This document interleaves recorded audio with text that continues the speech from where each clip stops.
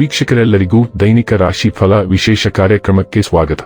ಇವತ್ತಿನ ಈ ವಿಡಿಯೋದಲ್ಲಿ ನಾವು ವರ್ಷ 2026 ಫೆಬ್ರವರಿ ತಿಂಗಳಿನ 4ನೇ ತಾರೀಕಿನ ದಿನ ಮಕರ ರಾಶಿಯ ಫಲಗಳನ್ನು ತಿಳಿದುಕೊಳ್ಳಲಿದ್ದು, ಈ ದಿನ ಮಕರ ರಾಶಿಯ ಜಾತಕದವರ ಪಾಲಿಗೆ ಹೇಗೆ ಸಾಬೀತಾಗಲಿವೆ, ಈ ದಿನ ಗ್ರಹ ನಕ್ಷತ್ರಗಳ ಸ್ಥಿತಿಗತಿಗಳೇನು ಮತ್ತು ಇಲ್ಲಿ ಉಂಟಾಗಲಿರೋ ಯೋಗಗಳ್ಯಾವುವು, ಈ ಯೋಗಗಳ ಪ್ರಭಾವ ನಿಮ್ಮ ಮೇಲೆ ಹೇಗೆ ಕಾಣಿಸಿಕೊಳ್ಳಲಿದೆ, ಜತೆಗೆ ಈ ದಿನಗಳಂದು ನೀವು ಹೊಂದಿರಬೇಕಾದ ಎಚ್ಚರಿಕೆ ಏನು ಅನ್ನೋದೆಲ್ಲವನ್ನ ವಿಸ್ತಾರ ರೂಪದಲ್ಲಿ ಇಲ್ಲಿ ತಿಳಿದುಕೊಳ್ಳೋಣ.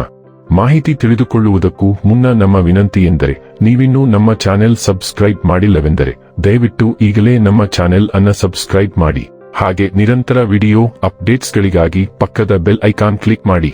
ವೀಕ್ಷಕರೇ, ದೈನಿಕ ರಾಶಿ ಫಲಗಳನ್ನು ತಿಳಿದುಕೊಳ್ಳುವುದಕ್ಕೂ ಮುನ್ನ ಈ ದಿನ ಗ್ರಹ ನಕ್ಷತ್ರ ತಿಥಿಗಳ ಮಾಹಿತಿ ಮತ್ತು ಯೋಗಗಳ ಕುರಿತು ನೋಡೋಣ.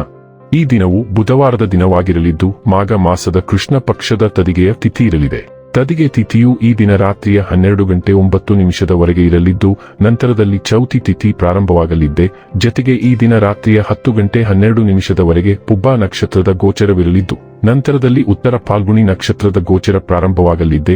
ಜತೆಗೆ ಈ ದಿನ ರಾತ್ರಿಯ 1:05 ಅತಿಗಂಡ ಹೆಸರಿನ ಯೋಗ ಇರಲಿದ್ದು, ನಂತರದಲ್ಲಿ ಸುಕರ್ಮ ಹೆಸರಿನ ಯೋಗ ಪ್ರಾರಂಭವಾಗಲಿದ್ದೆ. ಇನ್ನು ಈ ದಿನ ಚಂದ್ರದೇವನು ರಾತ್ರಿಯ 4:20 ಸಿಂಹರಾಶಿಯಲ್ಲಿ, ನಂತರದಲ್ಲಿ ಕನ್ಯಾರಾಶಿಯಲ್ಲಿ ಗೋಚರಿಸಲಿದ್ದೆ. ಅದೇ ಸೂರ್ಯದೇವನು ಈ ದಿನ ಮಕರ ರಾಶಿಯಲ್ಲಿ ಗೋಚರಿಸಲಿದ್ದಾನೆ.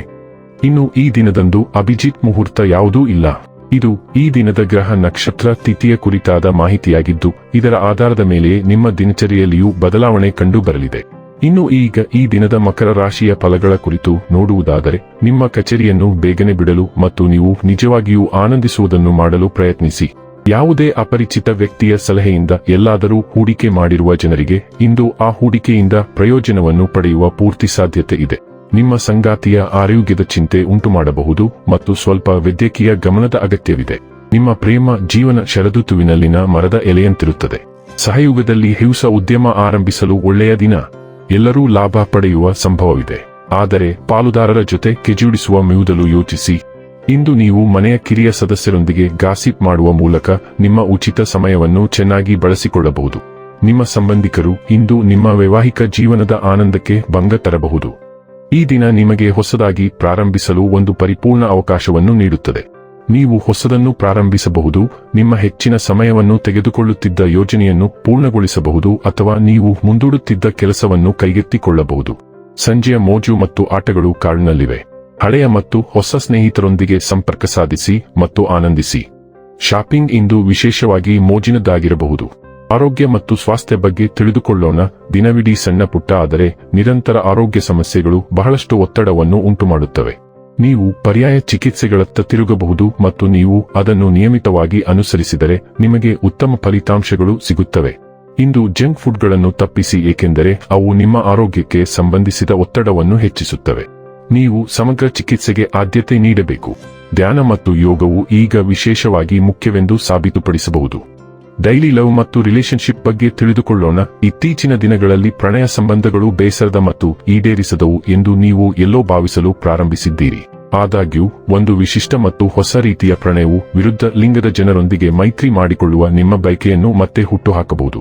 ಭರವಸೆ ಕಳೆದುಕೊಳ್ಳದಂತೆ ನಿಮ್ಮನ್ನು ಪ್ರೇರೇಪಿಸಿ. ತಾಳ್ಮೆಯ ಫಲವು ಸಿಹಿಯಾಗಿರುತ್ತದೆ ಮತ್ತು ಅದು ನಿಮ್ಮ ಪ್ರತಿಫಲವೂ ಆಗಿರುತ್ತದೆ.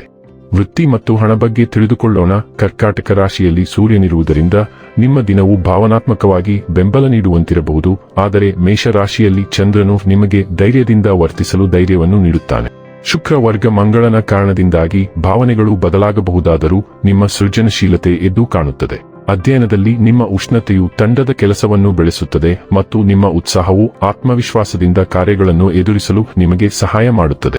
ಇನ್ನು ಕೊನೆಯದಾಗಿ ಈ ದಿನ ಮಾಡಿಕೊಳ್ಳಬೇಕಾದ ಉಪಾಯಗಳ ಕುರಿತು ನೋಡುವುದಾದರೆ, ಶಿವಲಿಂಗದ ಮೇಲೆ ನೀರು ಅರ್ಪಿಸುವುದರಿಂದ ಕುಟುಂಬ ಜೀವನದ ಸಂತೋಷ ಹೆಚ್ಚಾಗುತ್ತದೆ.